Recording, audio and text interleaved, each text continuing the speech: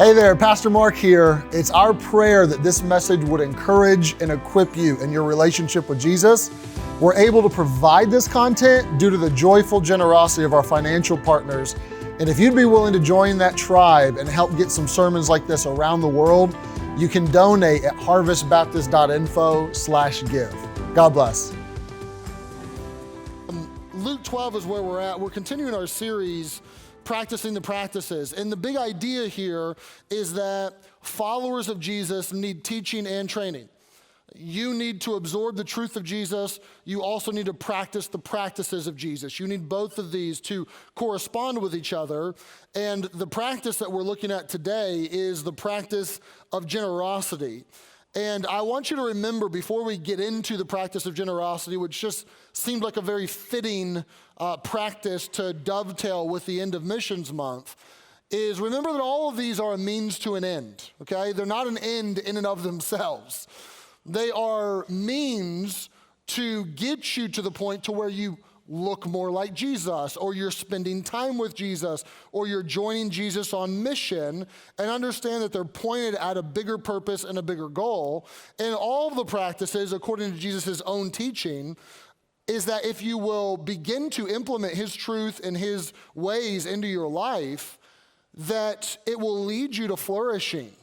It will lead you to the way that life is supposed to be lived, that Jesus does in fact have the best life advice for you, and that he knows how we're made, how we're wired, and what is best for us. And this is the best life advice you've ever heard, even when it comes to generosity. And what I'm going to give you today is a message that you're not going to hear from our culture by and large. Jesus' teaching on money and generosity is entirely antithetical to what our culture puts out there.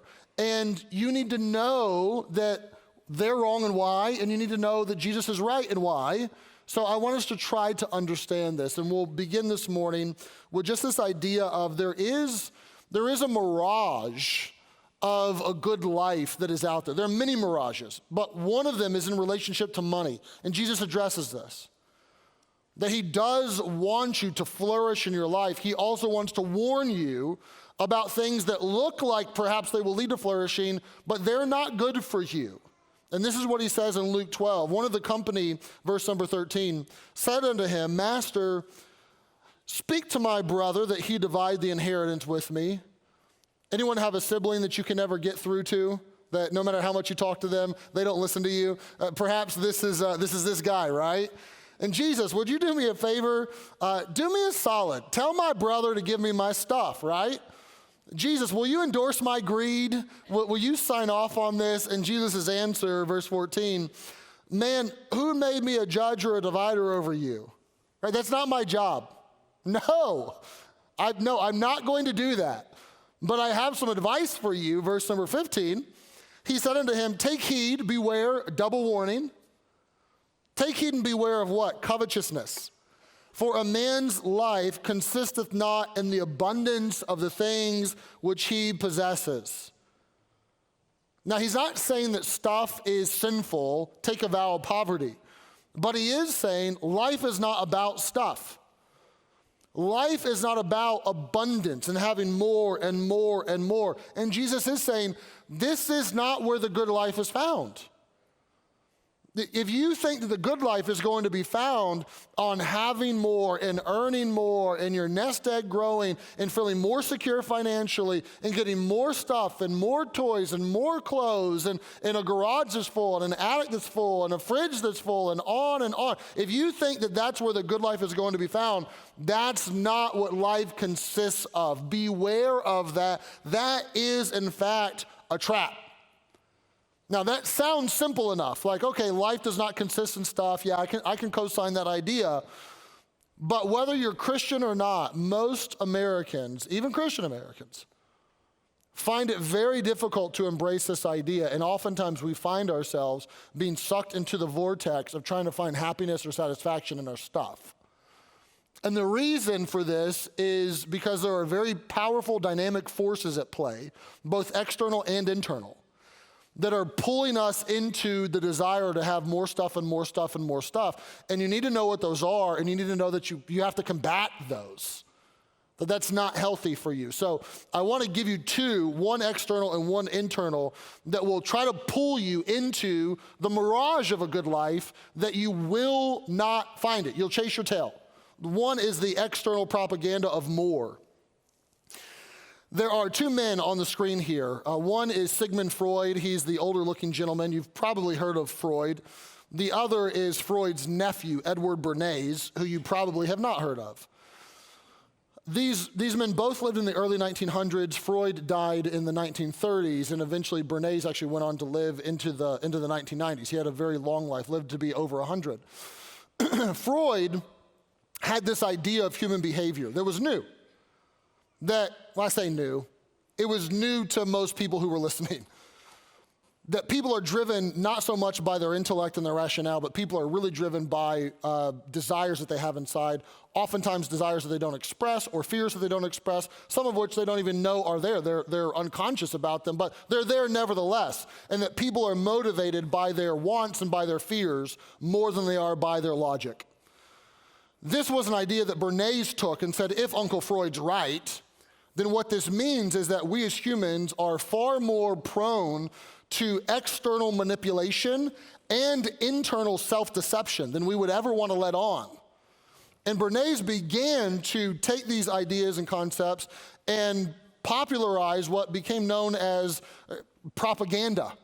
Actually, Bernays was attempted to be hired by an up-and-coming political party in Germany in the 1930s. He turned them down, but you may have heard of the political party called the Nazi Party.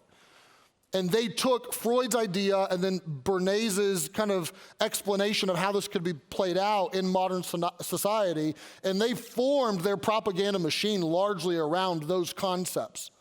Post-war, Bernays thought to himself, if these concepts can be weaponized by Nazi Germany in a way that is evil during wartime, what could we do with these concepts during peacetime? How could we leverage them for, at least in his own mind, good? And Bernays, it was clearly on record that there was a change in society, that there was now not just a printing press, but now you could subscribe to magazines. You could subscribe to newspaper publications. There was radio, there was TV, and that these tools could influence the masses in one fell swoop, and that someone was going to utilize these tools to influence the masses and to put propaganda out there. And if someone was going to use it, let's have the good guys, and that was himself in his own mind, let's have the good guys influence these for causes that we think would be good for the country. So Bernays made an alliance with companies and with politicians eventually, because politicians began to figure out that, like, this stuff actually works and you can influence people. And they began to hire him, and he got several presidents elected, and there's so many stories I could share that are really fascinating. But there began to be in the 1950s this alliance between both politicians in DC and madmen of Madison Avenue and the bankers on Wall Street, that they came together to basically try to get people to buy more stuff and to pull the strings and push people's buttons to make them do it. If you think that that's like, I don't know, I will quote for you, first of all, Bernays' own book. He wrote a book called Propaganda, as it were. Great title, by the way. And the opening lines, I actually found this online for free this week and read the first couple chapters of it. But here's the opening lines to his book. And this is all going to make sense in a minute. It'll be helpful. Propaganda starts by saying, the conscious and intelligent manipulation of the organized habits and opinions of the masses is an important element in democratic society. Those who manipulate this unseen mechanism of society constitute an invisible government, which is the true ruling world power of our country. We are governed and our minds are molded, our tastes formed, our ideas suggested, largely by men that we have never heard of. Now, I'm not a conspiracy theorist in the least. That's not conspiracy theory. That's just fact. That's what he believed, and that's what they set out to do, was to control the minds of the masses. This began to, and Bernays' deepest work was with companies that we're trying to sell wholesale, cigarette companies or things like that, to the American people. And there began to be this idea that the economy will be way better off if people bought more stuff. If we can shift people to consume more, then there will be more revenue for the companies. That'll be better for the stocks of the companies. The whole country will win if we can just get people to buy more stuff. So you would have Victor Lebo, for example, in 1955, who said, quote, "Our enormously productive economy demands that we make consumption a way of life, that we seek our spiritual satisfaction in consumption, the very meaning and significance of our lives today expressed in consumptive terms. We need to consume at an ever-increasing pace." Now, you may be picking up on like how those ideas and Jesus' ideas would be contrary to each other, right?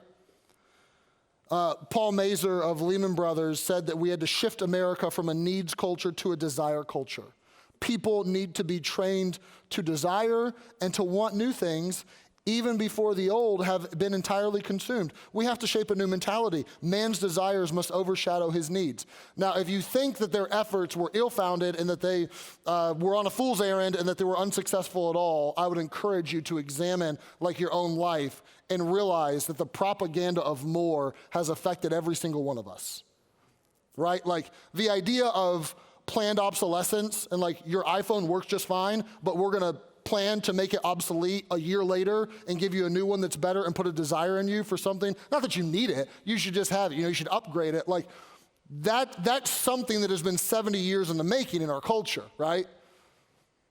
The idea that we would not consume things, and I know some of you are like, no, I got an old school mentality of I use it till it breaks, then I try to fix it, then I use it again till it breaks, and then I get something new. But I think we would all readily admit that that is an old school mentality, and that over the last 70 years, America has shifted to, if it breaks, get a new one. If it doesn't break and it works fine, still get a new one and upgrade it. And what they set out to do, they accomplished. In the same way that Nazi Germany used them to control the masses in really significant ways, this has been used in our culture over the span of decades to try to produce a body of people who consume more. And you have to know that that's at play. If you're ignorant to that, and you just think that I'm going through life and just making all these decisions by myself and no one's pushing my buttons of here's what I want or here's what I desire, or here's what I fear, don't be ignorant. There are external forces trying to pull you back into get more stuff. This is why Christmas is around the corner, right? How many car companies are going to put an ad on TV to try to get us to buy a car or at least want to buy a car? And what are they going to do for their ads? They're going to use these principles. They're not going to say, let us give you a sneak peek behind the scenes at our factory. Look at the quality with which we make our cars. They're not going to do that. They're going to put a car out there, and they're going to have some snowfall. They're going to put a big red bow on it, and the missus is going to be in her pajamas, and she's there with her eyes closed, and she's going to open her eyes, and then she's going to smile. And the message is, buy our car, make your spouse happy. That's the message, right? What's happening? They're pushing your emotional buttons to try to get you to buy stuff. And this happens over and over. Like it's a relentless wave of this all the time in our society. And on top of all that was in the 50s and 60s and 70s and 80s and 90s, now we got social media on top of all of it. Of people mining our data and tracking our Google searches and fine-tuning this thing that already was so potent, fine-tuning it in such a way to where they're listening in on our conversations. And I'm not trying to sound like, I have a tinfoil hat on and conspiracy theorist this morning. What I'm trying to say is what you know to be true. Like, how did they advertise that to me, Like, we were just talking about that 2 days ago. We know how they advertised it to you, right? Like these are the waters that we swim in. And the whole point is to let you know that there's an external pull, it's propaganda, according to Berns, to get you to buy more stuff, and that's not a biblical idea. I'm not saying you never need to buy anything. I'm not saying that if you get a new pair of shoes, you should repent. I am saying you have so many people who are trying to get into your pocketbook, and they are good at it. And you better be aware of that. And if you start to embrace the idea that if I get more, then I'll be happier, life does not consist in the abundance of things that we possess. That's not where the good life is found. But on top of all that, you have this internal pull of greed. So this is external. Much of that was there wasn't Madison Avenue, in Jesus' day. But Jesus is still giving people warnings about greed. Why? Because inside there's desires and covetousness without people trying to advertise to us. There's still something in our sin nature that oftentimes we want to covet and we want to take and we want to have. And Jesus warns against this. And the bottom line of what he says and the New Testament authors is that you will self-sabotage the very happiness that you're after if you try to pursue happiness through consumptive terms. You'll hurt yourself. This is what Paul said to Timothy, and what a potent but straightforward warning. They that will be rich, not that being rich is bad, but if it's your desire, that's what drives your life, to be rich. If that's what consumes you, you fall into a temptation and a snare and into many foolish and hurtful lusts that drowned men in destruction and perdition. The love of money is the root of all evil, which some have coveted after, and they've erred from the faith. And listen, they have pierced themselves through with many sorrows. They have shot themselves in the foot. They have self-sabotaged the very life that they say that they want, because they're trying to get. And we're to the point now to where we have enough social studies that we've learned, like, surprise, Jesus was right. There's so many studies that have been done on America that while over the 1950s to now, we have doubled the size of our homes, like the square footage per home on average is doubled. We have gotten to the point to where homes that have 2-car garages, 25% of them can't park one car in the garage at all because it's so full of stuff. Another 35% of them can only park one and can't park two. I'm in that boat. I confess my sins. And there's all this stuff. But study after study shows that the more stuff people have, this was actually really popular in the book, Your Life, Your Money. The more stuff we have, the lower our happiness is. That's the headline from the social studies. That as we consume more and get more, it stresses us out. We feel like we have to get even more. We don't feel satisfied. It's like we're drinking salt water. And we begin to credit card it, and we begin to get, and there's this like fatigue of I always have to have, and I always have to consume, and I always have to get. And Jesus is trying to warn his audience, and in turn us, to say, look, that's a mirage. Don't chase that. Don't chase that. If you're after the good life, it's not found in the things that you possess. You say, okay, then where is it actually found? And the Bible has so much to say about our money, but if I could distill it down to just a few very core ideas, here is where the good life is found in relationship to our money. Number one is in Christ. And the Bible actually connects these dots to like how our money and Christ should correspond with each other, and the fact that we have Jesus should give us unique resources to be able to handle our possessions well. Hebrews says it this way. Let your conversation be without covetousness. Have a lifestyle that is not marked by greed and coveting and wanting. Sounds like Jesus. But be content with such things as ye have. For he, Jesus, has said, I will never leave thee nor forsake thee. You get that? It is recommendable that someone not be greedy and be content, no matter if they're Christian or non-Christian. That is good advice for anybody. But what the author of Hebrews does is they connect it to Christians should have a unique resource to be able to be content. Why? Because remember Jesus? You have him. The argument is simple. You have God. Isn't God enough? Like, if there is a deep satisfaction that you have in God, then this should give you a leverage point to be able to not be so greedy all the time because you're content in Jesus. And this is actually a very challenging thought of like, which one rules my life more? He mentions the I'll never leave thee or forsake thee, like the presence of God or stuff. Like, think about it this way. And this is a very straightforward question. It may step on your toes a little bit, but I don't apologize for it. Did you spend more mental bandwidth this week worrying about what you're going to wear or how you're going to figure out the money to get that new toy or make sure that bill gets paid? Did you spend more mental bandwidth on that than you did enjoying the presence of Jesus and grateful that he's with you?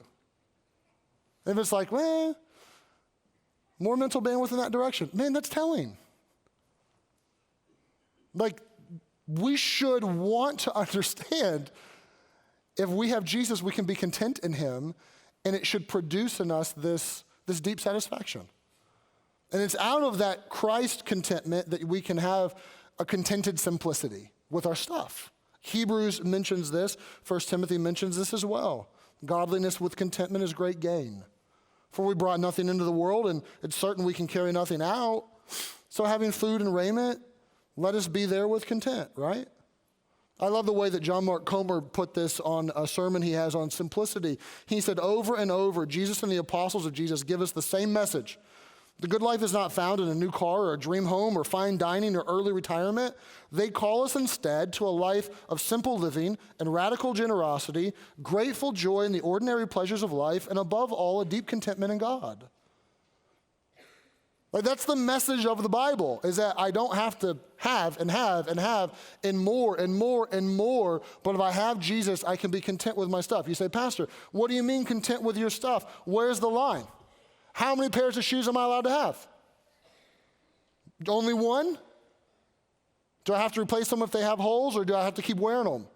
Do I have to go get them like resold or something? I can't get new ones. Can I have 3 pairs of shoes? Can I have 10? Listen, Jesus never intended for his principles and his statements on life to become these little rigid rulers that you measure everybody with. He never intended that. And he never tells you, you can have 3 pairs, but 4 is too many. He never tells you, you can buy a car, but it can't be brand new. That would be wasteful. You know, you drive it off the lot and it's going to lose a percentage of its value. So you better at least buy a car that's 3 years old. You know, 70,000 miles that's okay. But if you go lower than that, that's not okay. He doesn't do that, right?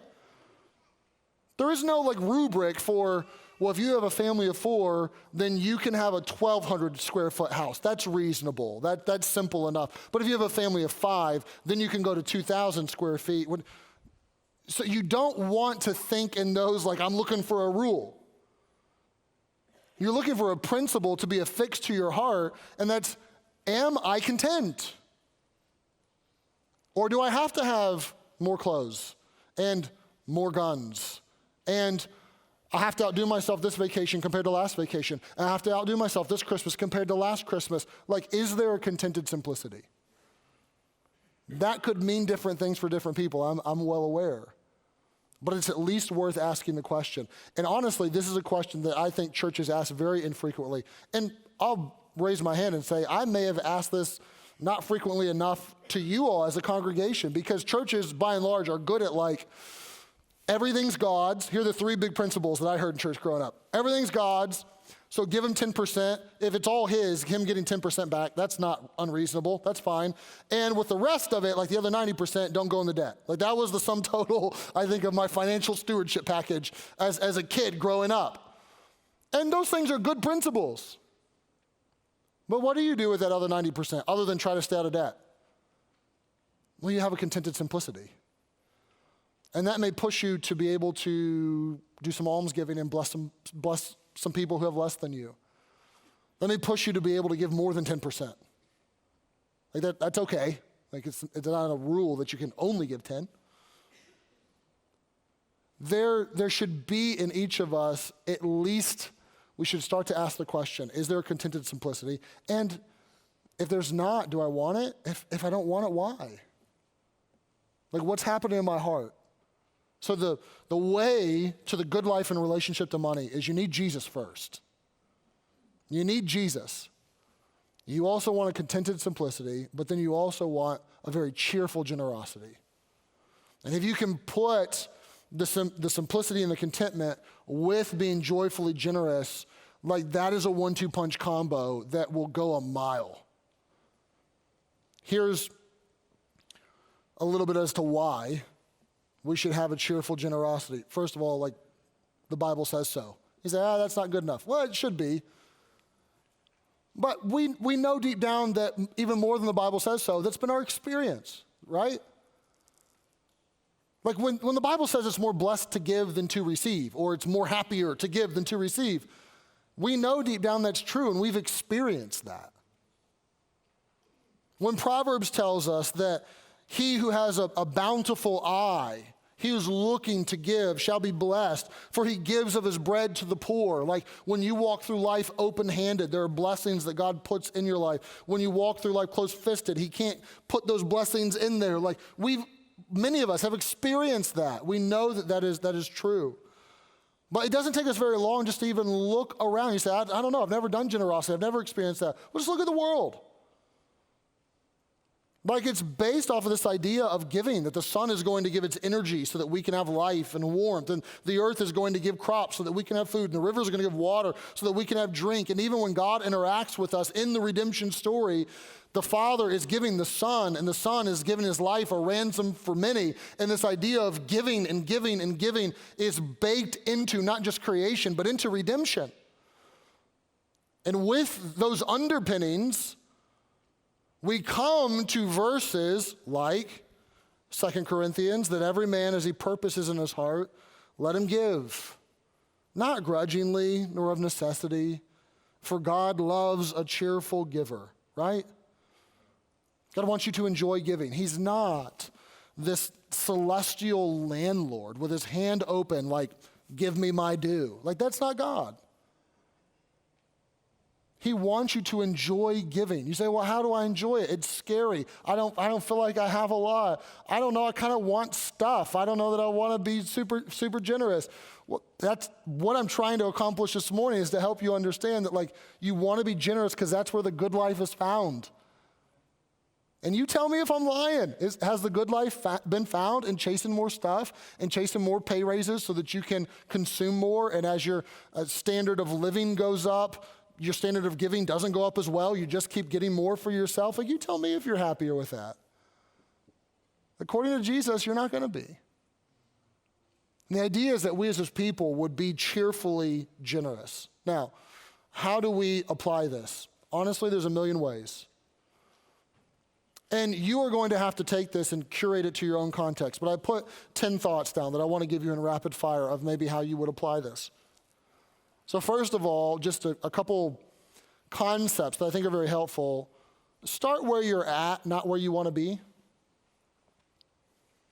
So if you're like, man, I want to be so generous. I want to give 90% of my income away. Well, if you're at 0% right now, 90% may not be your next step. Like, that may be a little ways down the road. So start where you're at and take a baby step from there.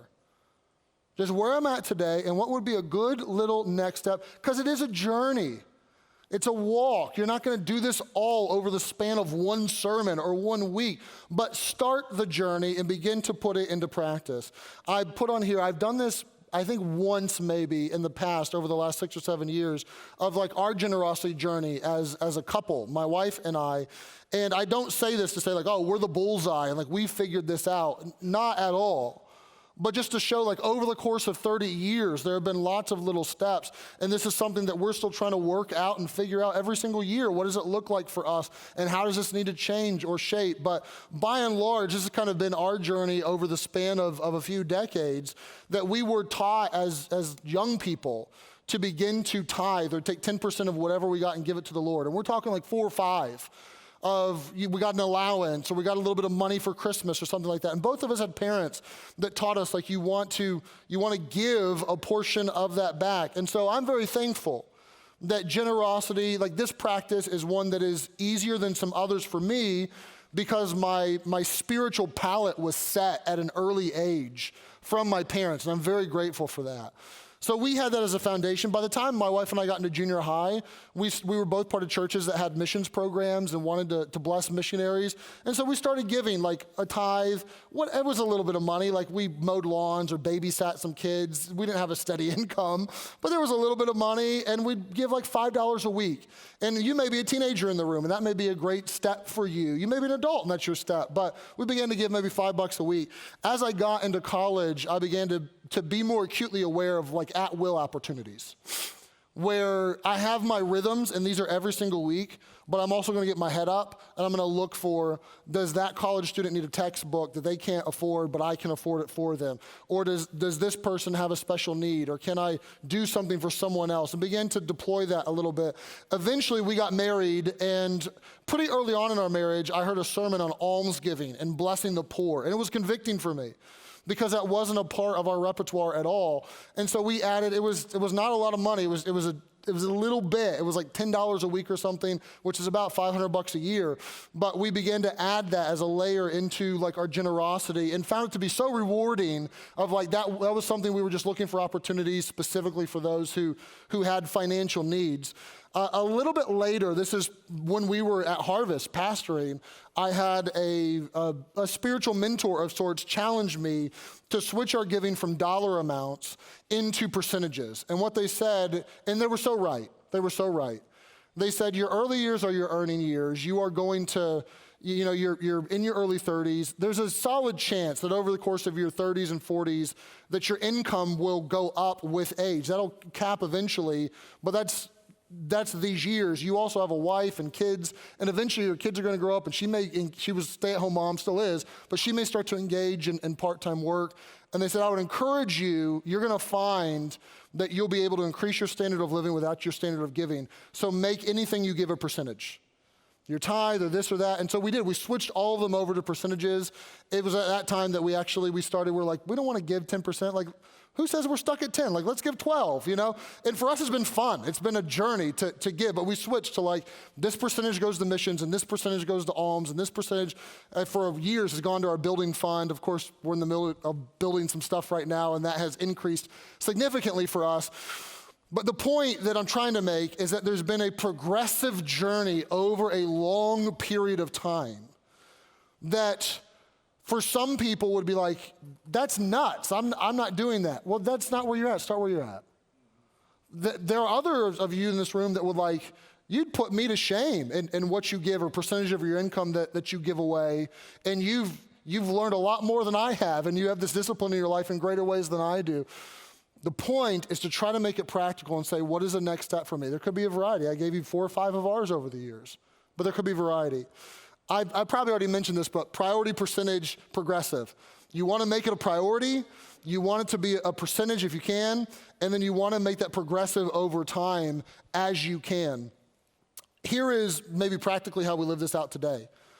Obviously, it's Missions Month. This is the close of our Missions Month. If you're new, then I guess newsflash, you may not be aware of this, but if you've been here even last week or the week before, you know that we've kind of been building to today where we'll collect some commitments and some money for our missions program.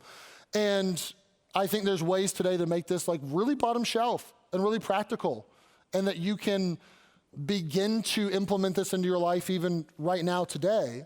And a note on that, like when we talk about our missions program, I think that we're all on the same page, but just in case we're not, all of that is money that goes to other people. Like that's the money we're giving away. That's not like a fundraising campaign to pay bills or put lights on. And we're doing fine financially there. This is like, let's be generous and let's give money away as a church.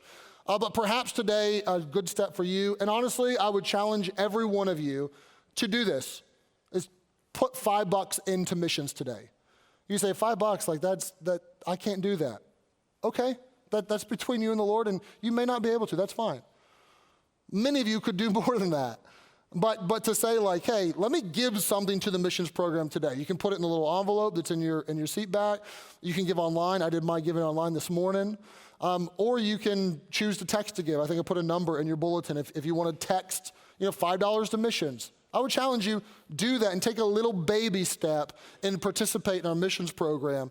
There may be a tithe challenge. We put that on our card starting 3 or 4 years ago, just understanding that sometimes that's the step for someone is to begin tithing, not necessarily giving to our missions program.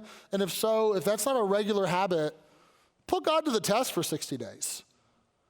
You say, I won't be able to make it.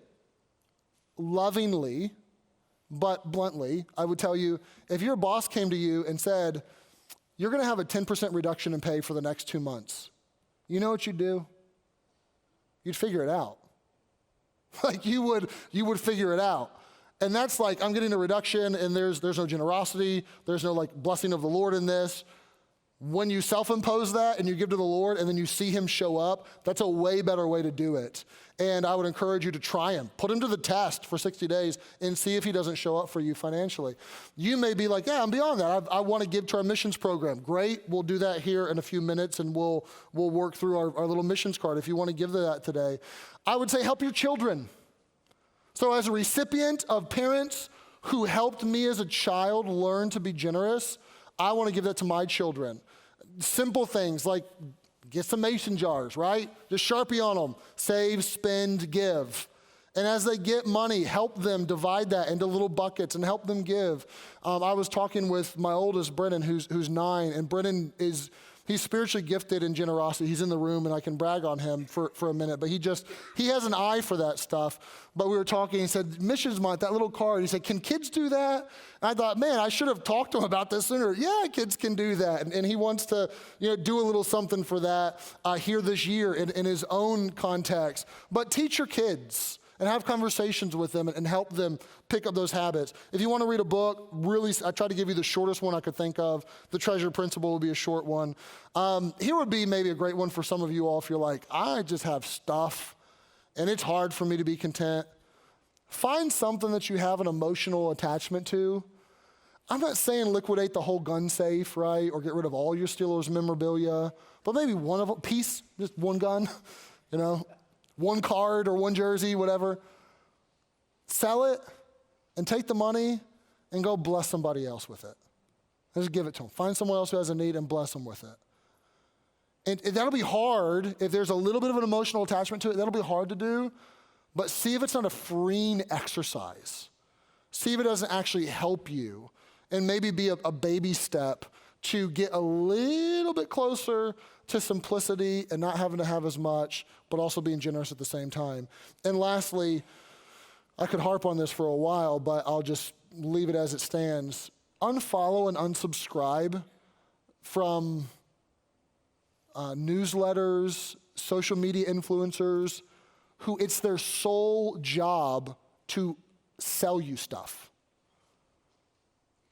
You know what I'm talking about. Like every point of sale now, we'll email you the receipt, right? And they want your email. Why do they want your email? To save a tree and not print paper? No. To send you many emails about all of the things that they want to advertise to you, right? And it's like, they're not paying to advertise to you, you're just inviting it in. Or on social media, many of you choose to follow best vacation ever. These people that are taking a vacation every week or whatever, or are, Amazon finds you never knew you needed. And all it's doing to you is stirring up desires every single day of discontentment. Oh, I didn't know I needed that. Oh, I didn't know that existed. I need. And you're buying and you're buying and you're wanting, and cut it off at the source. Realize that may be a trap for you and be really unhealthy for you, and just stop following them and don't put yourself under the waterfall of advertising any more than you already need to. So you could take those 10 and you could probably add 40 to them. I think the overall point is this. We want Jesus, we want a contented simplicity, and we want to be cheerfully generous because that's where the good life is found.